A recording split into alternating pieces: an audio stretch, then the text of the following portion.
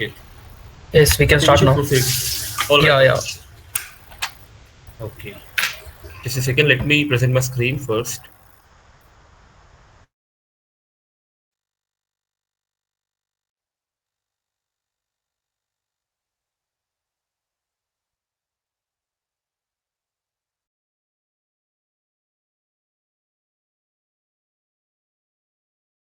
Okay, is my screen visible to you guys?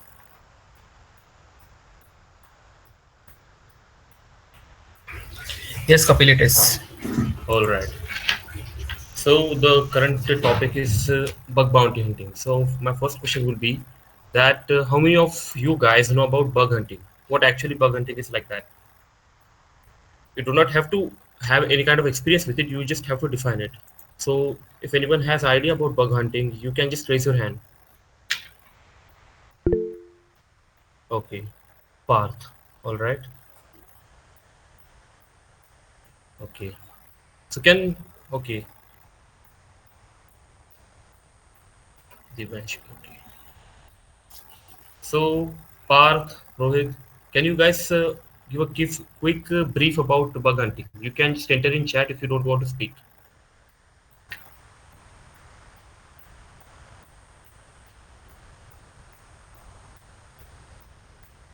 It is about finding bugs in softwares for companies, software developers, and applications developers, and we can get a prize for it.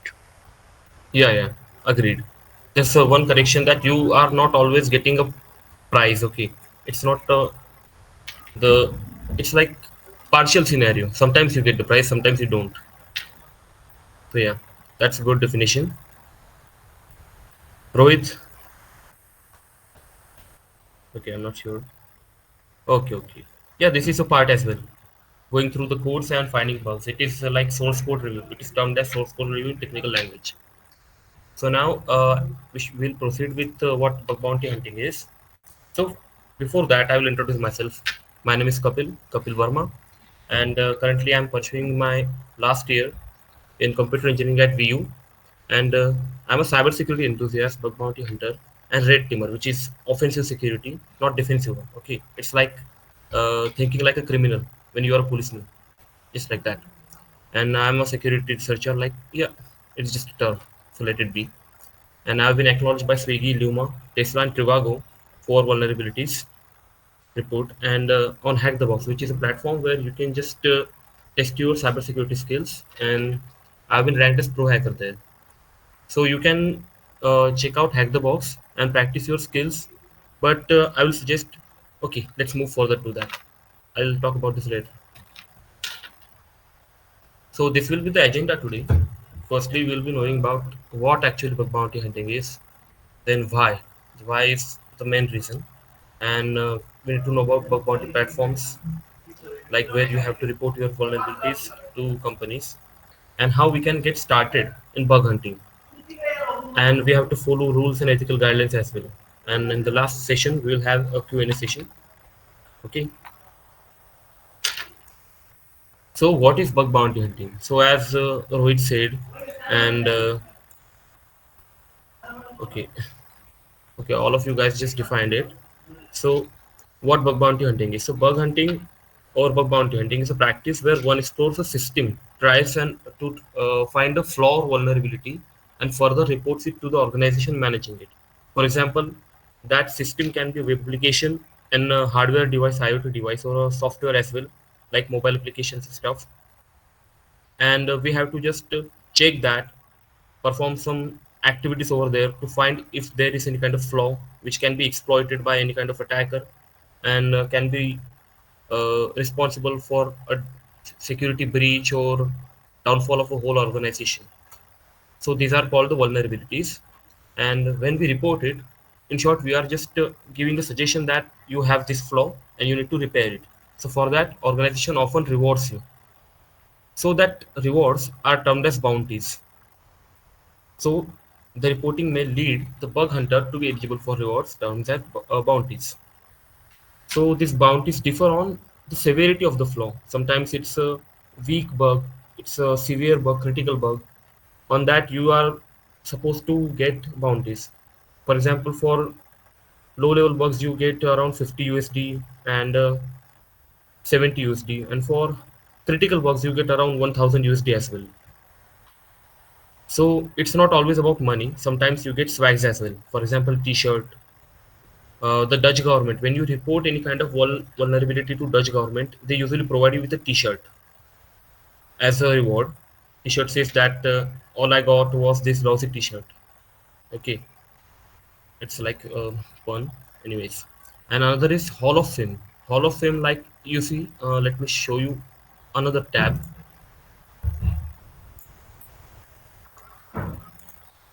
Okay, so this is the. Can you see my Razorpay screen? Okay, hello. Yes, Yes. yes. Yeah. All right. So this is the Hall of Fame of Razorpay. So sometimes when you don't get any kind of swags or rewards, or if you are also getting those, along with that, you can also be eligible for a reward called Hall of Fame. So here you are just visible on the website Hall of Fame page. These are the people who have reported bugs to Razorpay.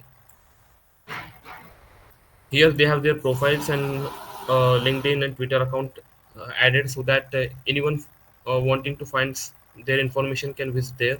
It's just like a fame the company provides you. Okay, now let's move to the PPT again.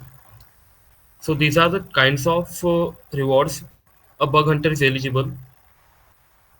And see, there's a simple report. I will tell you like what kind of vulnerabilities gives you bugs.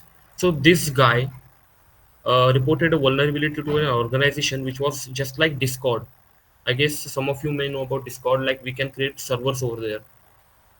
This guy got 500 USD, which is around 40,000 in Indian rupees, I guess. I'm not sure about that. Let's check that out later. So bug was simple. We have to create a room. Like in Discord, we create a server, and in that or this kind of application, we can create rooms and add password to them so that any kind of intruder cannot join it.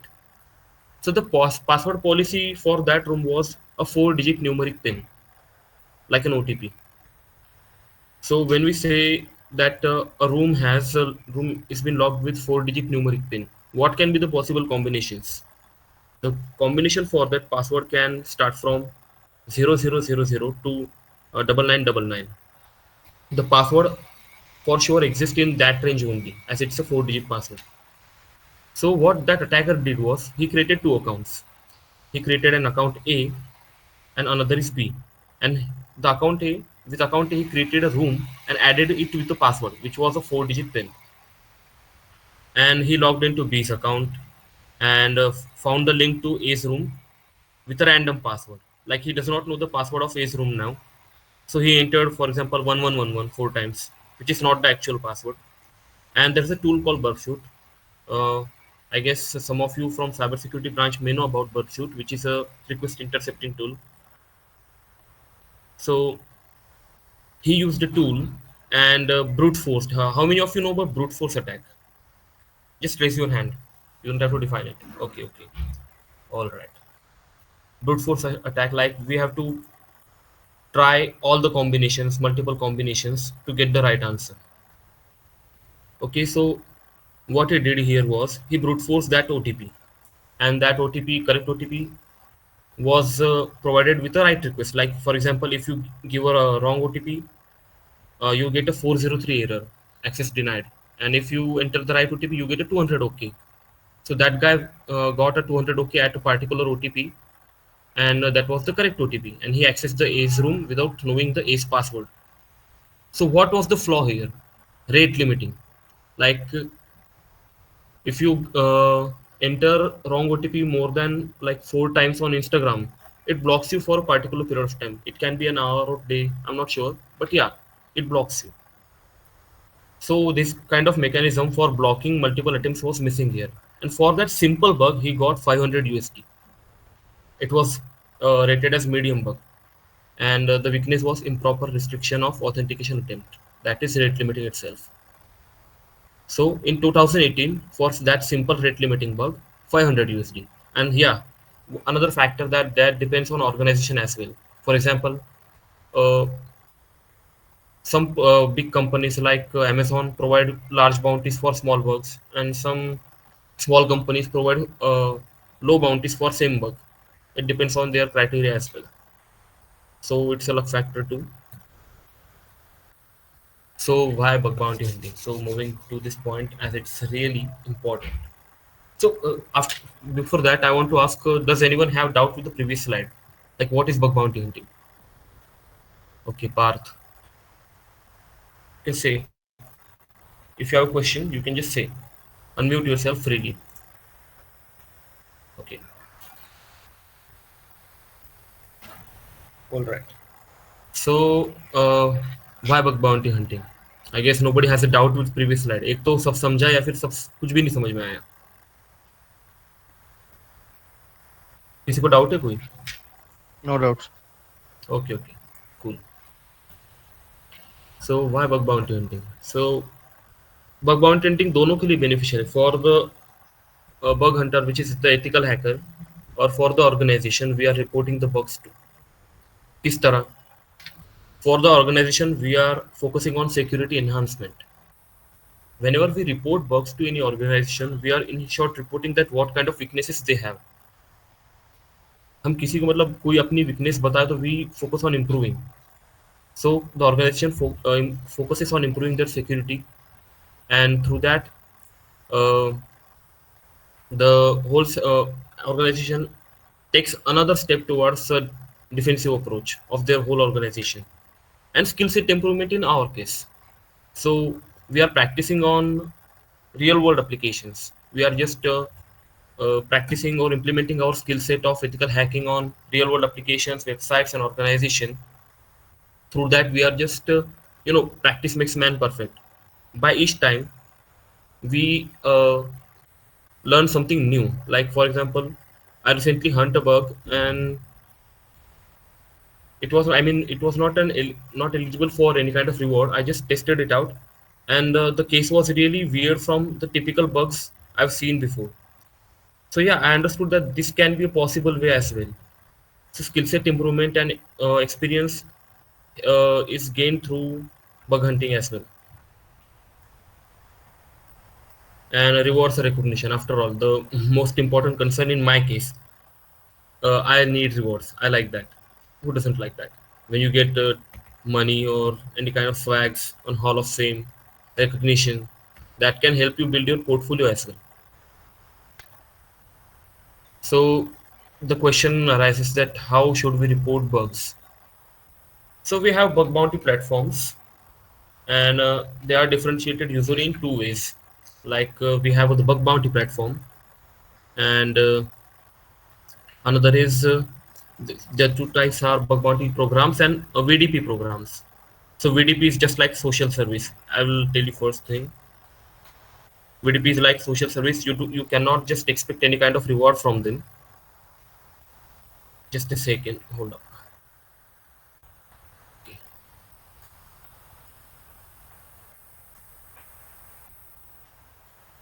just a second. Hmm. All right.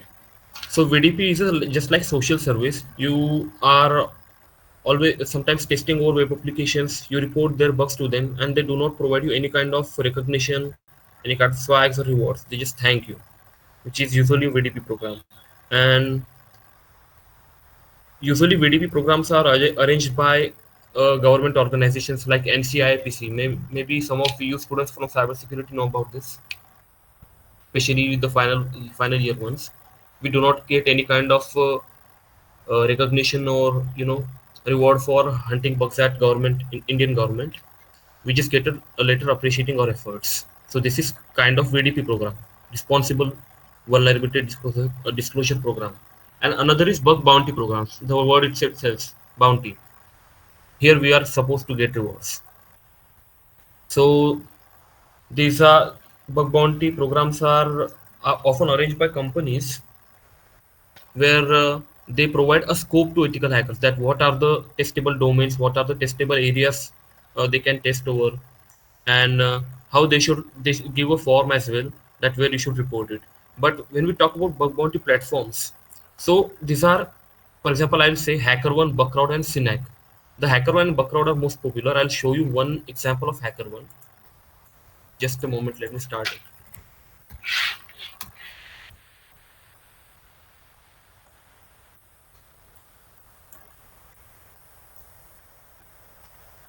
Okay, so this is the dashboard of HackerOne. So HackerOne is a platform where various companies gather and set up their bug bounty programs. So we have here, see, Zomato and Coinbase, OKX, the crypto companies, Visa. These kind of companies are arranging bug bounty programs over there. Let's check out what Zomato is showing here. Zomato created its account and they have to pay some amount to HackerOne to implement their bug bounty program. So here we can submit a bug report to them.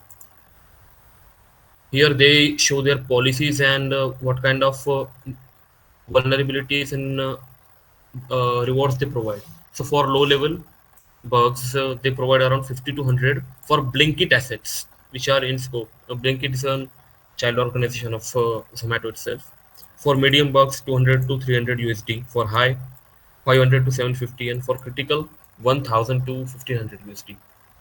And if you move other than Blinkit, the other domains they have, the bounty increases. They show you here some kind of rules that what they are looking for, what is eligible, what is not. You should read policies first. Sometimes they have some rules which you are not expecting from them. So yes, you have to be prepared to follow that ethical guideline. And here is the scope section, that which are the testable domains. So here the APIs are testable. And see, star means everything dot grofers.com. This is a testable domain which where you can find your bugs, and it is eligible for rewards. Okay, max severity is critical. Okay, see this all Blinkit assets. Blinkit का जो भी होगा, this one you can attempt your bug hunting over there. And these are all the scopes where you can test and report bugs to Zomato over. When you click submit report, you have to set up the which was the target. For example, mine was Blinkit. I click here, and what was the type? If it was a website, it was a Android application, I'll say domain, like website. Okay, done. So this is the target. Here we can select templates, but I do not usually use templates. And we can select over the vulnerability type. For example, sometimes we have CRLF injection. This is a bug. Okay, and here we can set up its severity, attack vector, and all that information we need for bug reporting. And here is the written report, like you send to the Indian government, if you guys know about it. So this is the final report, and you just have to click submit. After that, there is a chat section over there, activity. They will respond you with what is the status of your bug, if it is valid or not. If it's valid, what kind of rewards you are eligible for, and they just provide you with an amount usually on HackerOne. Just like that, Bugcrowd is a similar platform. So anyone starting out or wishing to test real-world applications should start with HackerOne and Bugcrowd. And yeah, sometimes also companies also set up their own websites for bug bounty reporting.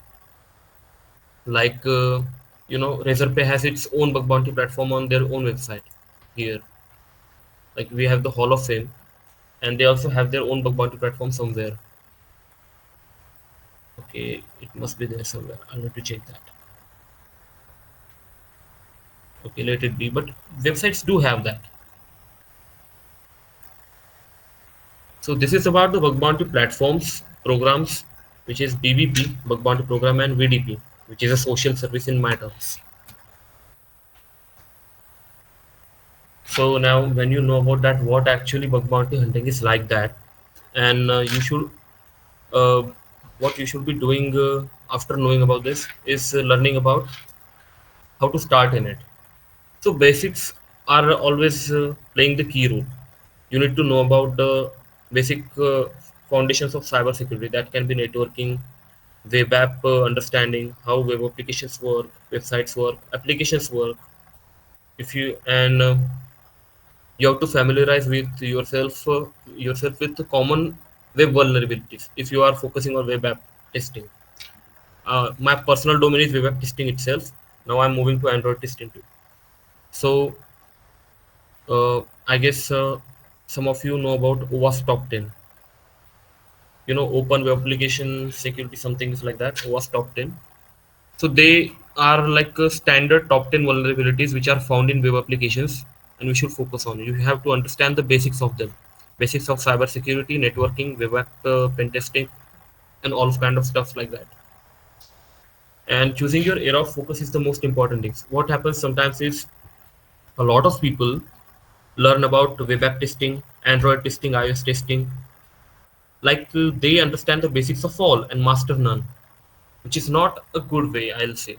You have to focus on one target, one domain of your pen testing. Like mine is web pen testing. Yes, I am learning Android as well. Sorry. So we have to create an personal target of web app pen testing. Mine is web app pen testing, web applications, and some people have the IoT pen testing target. Like I have a friend who is working in IBM. He's good at IoT pen testing. He tests hardware devices. He likes that. He's good at it, and he does not report bugs to web applications. He has his own personal target, and he's good at it. So you need to be a master of one at least, rather than being jack of all trades. So choosing your area of focus plays a really important part. Setting up the environment. It is a technical term here. We have to set up the environment. Like I use Kali Linux and Parrot OS, which are open source Linux distributions, which come with preloaded security tools I need for testing. So for Windows, from Windows you can also hunt bugs, but Windows is not that user convenient in case of an ethical hacker. I'll say you should start off with Kali Linux. Many of you guys may be knowing about it, how Kali Linux works, and have a hands-on experience on it as well. And after setting environment, you need to practice on testable labs. Like before, I will always suggest this first, that before trying to move to real world applications, you should practice on vulnerable labs. We have some labs over there. For example, if you're targeting for web app pen testing, you should move to Portsfigure labs. Portsfigure labs provides you with various kind of web application vulnerabilities labs, and you can test your skills over there. A second. Okay. So if you want to learn firstly the along with concepts and then move to hands-on experience, I will suggest you that you should try platforms like you know um, TryHackMe. TryHackMe is the only platform. I'll share that link in the chat section. Just a second. TryHackMe. Okay. So this is the website. You guys can just visit it and check it out. That how that website is providing services to beginners in cybersecurity. So TryHackMe is a platform where you can learn and practice your penetration testing skills. They also have some defensive labs where you can also take out the defensive approach towards cybersecurity. So it's on your own domain. As I said, you have to choose your own area of focus. Mine is offensive security, and that too in web app pen testing. So yeah, I have tested my skills on TryHackMe and Hack the Box. So Hack the Box is a platform. It's a usually it is used by people who are not beginners. Okay, you can try that. That's not an issue. I started up with Hack the Box only. Okay, I used Track Me later. Like after spending 1 year on Hack the Box, I moved to Track Me. So these are some platforms: Hack the Box, Track Me, where you can test your ethical hacking skills on their own personal labs. You can find YouTube tutorials over there. You can also use walkthroughs if you are not, experienced with how machines are hacked or this kind of websites. So always learn from YouTube, ask people, go to forums, and join some communities when you have any kind of doubt regarding cybersecurity as a career, as a technical problem. You can just ask out me or any kind of people who are actually good with this. And most important part, be patient. Like sometimes, bug hunting is a challenging condition. There's a rule in bug hunting, that you have to be the first one who's reporting the bug. Like if you are reporting a flaw and another guy has reported that before you, then you are not eligible for that report, for any kind of reward, any kind of recognition. It is marked as duplicate. That, and I know this is not your fault. You have found that, but before you, somebody else has done that. So you have to be fast as well, and you have to be patient as well. Yeah, this is a conflicting dilemma, I know that. But while finding flaws, you need to be fast, and sometimes, to get to receive the rewards, you have to be patient as well. And you cannot just spend your whole day on testing one application itself. You have to take breaks as well, otherwise it will just mess up with your mental health. And after that, we have to follow the ethical guidelines too. Like we saw that on HackerOne, Zomato has some kind of policies, like they have their own policies that you should not enter this section, you should not exploit that kind of bug. You just have to check out if it is exploitable rather than exploiting it. They have their own conditions, you have to read that. But the basic condition I am going to show you here: obtain permission. So on platforms like HackerOne, Zomato, you are already registered, so you don't have to ask for permission because you are technically proved as ethical hacker over there. And but when you test, like I said, Razorpay has their own bug bounty platform or page. You have to obtain permission from them before testing their applications, their systems.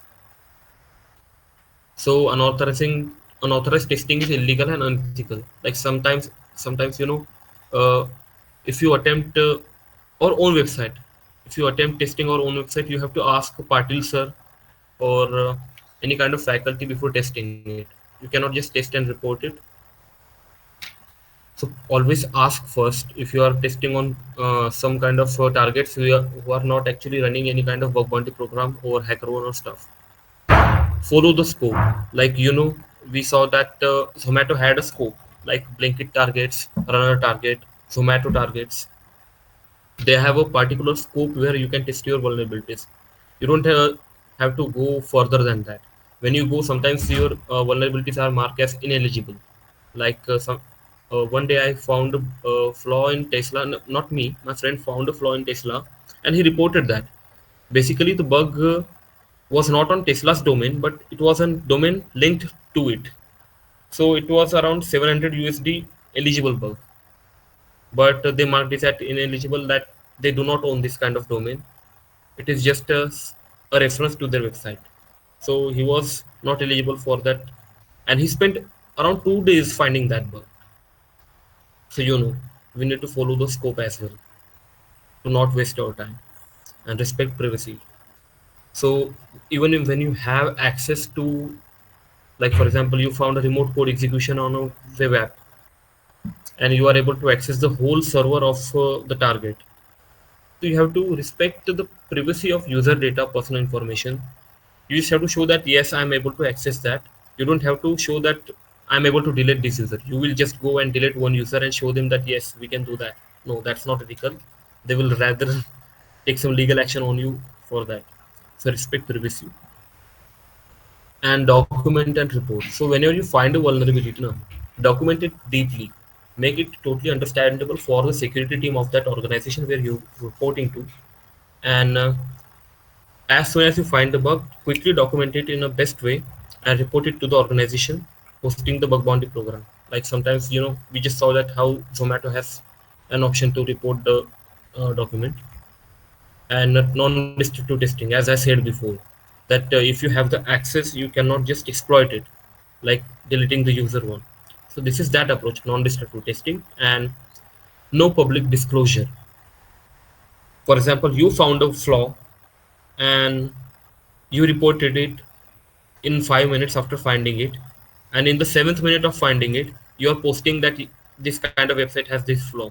So until they repair that flaw, many people know about it and they can exploit it in an unethical way that can be destructive. This is already destructing our old point: non-destructive testing. So public disclosure is a risk for organizations. So you should not disclose any kind of flaws publicly. You should not enter dominance. Sometimes I have some write-ups on vulnerability findings. I do not include the domain names. I do not give any kind of you know idea about that what our target was. So you should not disclose your flaws, your findings publicly. So these are the ethical guidelines you should follow. And I'll say that's it.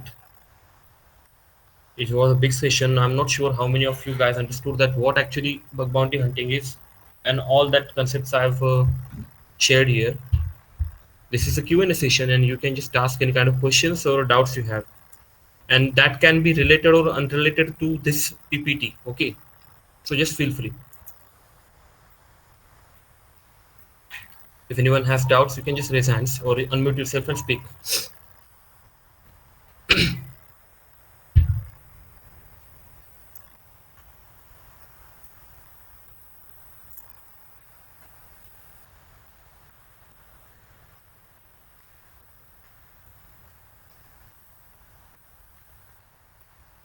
Okay. Kapil, just a second. Yeah, yeah. Rohit, Rohit, are you there? Yeah, Like please he's send not. the link of certificates so guys can fill it out.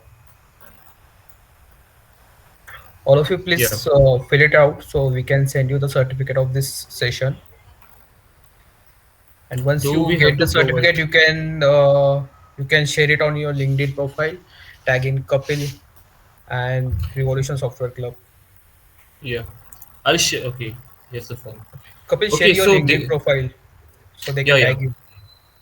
Yeah, you can See, continue. Divyansh, I'll tell you something.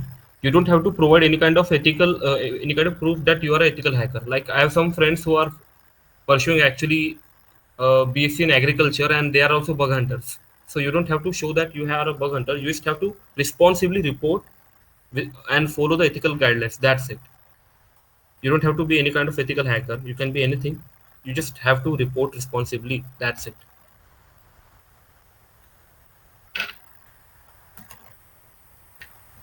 If anyone has any kind of doubt, you can enter in chat or you know speak or raise hands.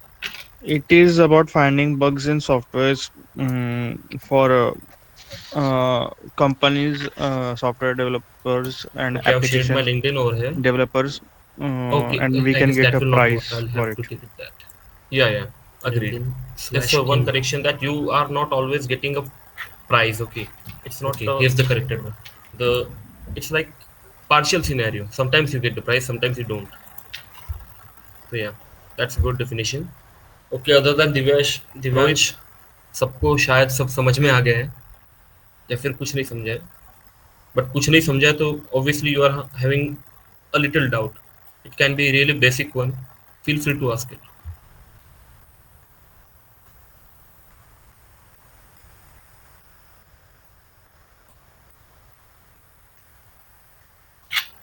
Okay.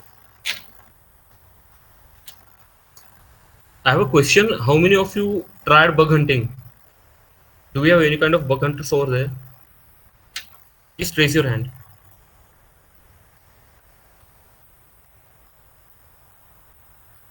Like I've seen some people defining bug hunting. Have you ever tried that? Rohit, Divyansh?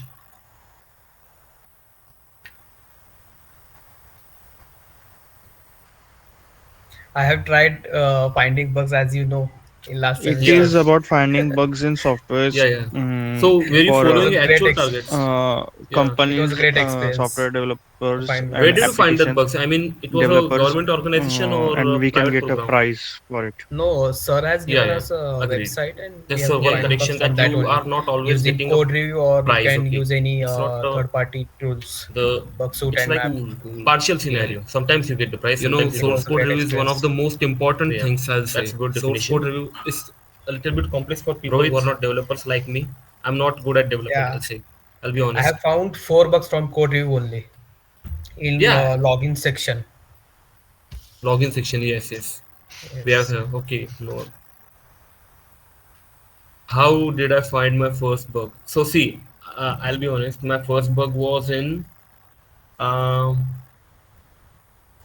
like before I came to Vue, I found a bug at mm IIT Guwahati website. I did not get acknowledged for it. It was in cross-site scripting attack. Alert. I guess some of you know about cross-site scripting, JavaScript execution in the web app. So I found that on IIT Guwahati website, and they were not running any kind of bug bounty program. So I just reported a mail to them that they have this kind of flaw there. I created a document, but they did not respond to it at all till now. So it was the first finding. But if you say about first rewardable finding, so it was NCIPC, Indian government itself. They provided a recognition, and when you talk about monetary reward, I'll say it was Luma, which is a platform like Zoom. It was the first finding where I got some reward.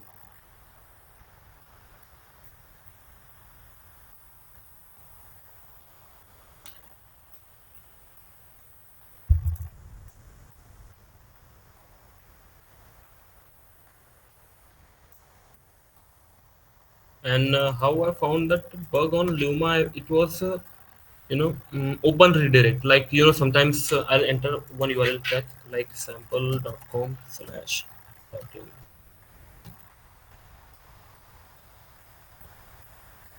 Like I entered a URL, I mean website link. It is an example website. It is not real world application. So sometimes when we log in our web applications now, we have this kind of URL which has a path, or URL equals to some path. So what I did here was I found that Luma had a login panel which had this kind of parameter called path, and it had a URL, another URL pointing towards the dashboard of that website. So what I did was I changed that path parameter with my own personal website like https kapilverma.me, and I logged in Luma, logged in on that portal, and I, rather than seeing that dashboard, I entered on my website. So it was a bug which redirected me to my own website, or it can be any kind of website. It can be an website, phishing website as well.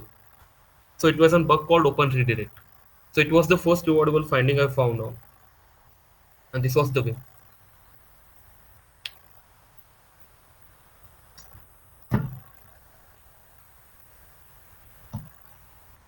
Okay, yeah, thanks.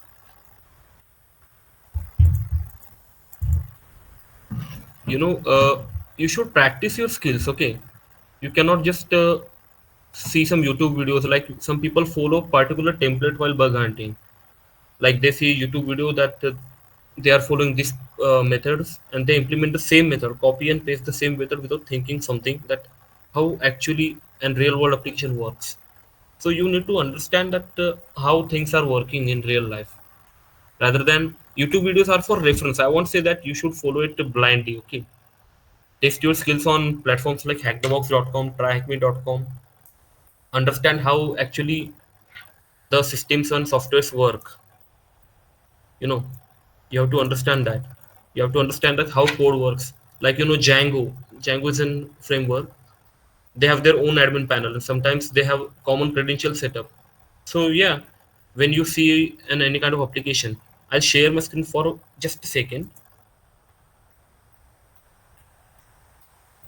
Okay. Okay, so I guess some of you guys may be seeing my LinkedIn page. So I have an extension over here. Uh, I guess you're not able to see that. One second. Window share.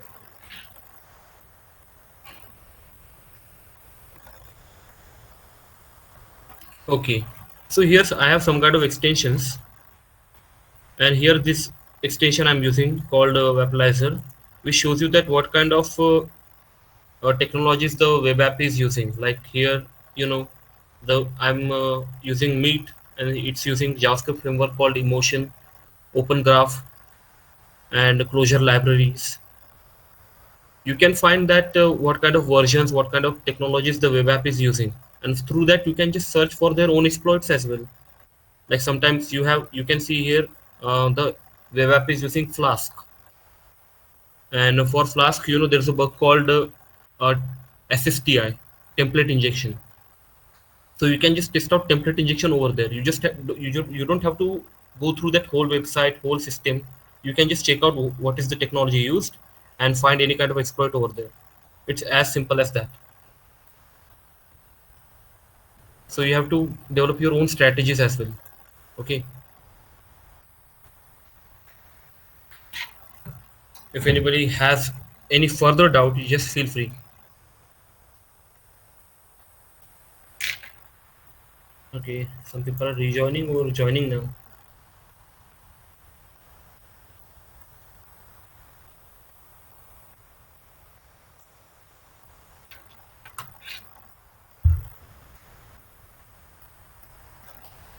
And guys, anyone wanting to start with bug hunting, feel free to DM me on WhatsApp, LinkedIn, wherever comfortable.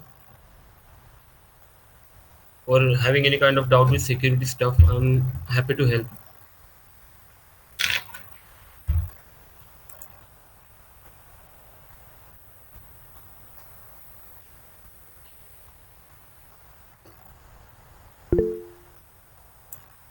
Starting the career in cybersecurity. See, when I talk about the professional life in cybersecurity, so I'll suggest like the defensive roles in cybersecurity are currently high in demand. Yeah, I know that there's a lot of crowd in that, but as I said, like you have to choose your own area of focus first. So mine is web app pen testing, and I'm currently learning, binary exploitation. I'm trying to learn that so that I can understand the hardware devices as well. So starting with a career in cybersecurity, um, I'll say get your basics cleared. There's a concept called GRC, governance, risk, and compliance. Follow the security standards, learn about them. ISO. I'll just provide you some notes over there. You can just take a screenshot.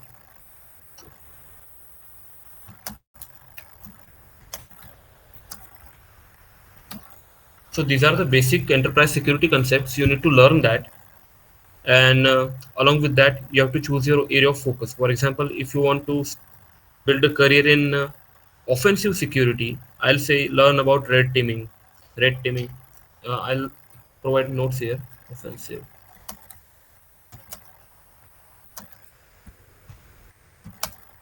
red teaming, and I'll say active directory concepts, system exploitation. These are the concepts you need to learn in offensive security. And defensive security, I'll say there are concepts like, how many of you know about SOC, SOC analyst roles, Security Operations Center?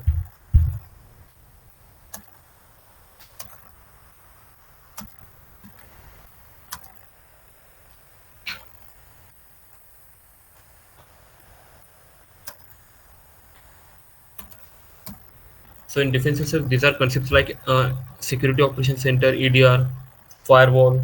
These are the concepts you need to learn. So just focus on your first area, like it can be offensive security or defensive security. And further, there are so many links: cloud security, Android security, and system security, Active Directory security. There are a lot of domains, and at start you will jumble upon them a lot. But first target is choose what you want to pursue your career in. It can be offensive security or defensive security. So my personal interest is offensive one. So I'm learning about red teaming. I know about Active Directory. So, and system exploitation. As I said before, I'm learning this one. Currently, I'm an intern, so I'm trying for jobs till now as I'm a final year student. But I'll say when it's about career, na, get your concepts clear, be confident at interview, and find roles. And feel free to take references. Sometimes you have to build your profile or LinkedIn and connect with people who are actually having a big name in cybersecurity domain as a professional. I have some friends over there in the field. I feel free to ask them that if they can refer me in their company for that role. Just feel free to take help. I'll say that. Get your basics clear. Feel free to take help. Be confident and don't stop. Don't give up so easily.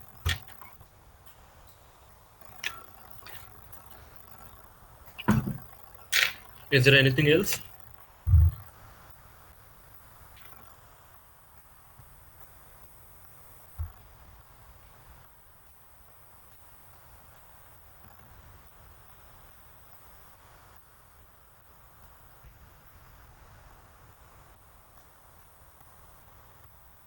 Okay, Sanket, I guess it's time we should wrap up. Yeah, sure. Yeah, yeah. You can end up now. All right. Okay, so all of you guys have filled a form. If not, just reach out to me or Sanket. I'll share that link again if you are not I'm finding sharing it that link. again. Yeah, yeah. Ah, I yeah. have shared. Share it again. Okay, cool. So please, guys, fill that form over there. You will be receiving your certificate soon on your mails or maybe phones. Okay. Okay, thank you, Kapil, for this great session. Thank you so much, Sanket. Thank you to Revolution. Thank you, Isha. Thank you, everyone, for attending this session. And feel free to reach out if there's any kind of doubt. Thank you. Thank you, Rohit. Thank you, Divansh. Thank you, Devang. All right. I'll end this meet now. Okay. Yeah, sure. Thank you, Asawari. Thank you, Anurag. Have a good day, guys. Bye.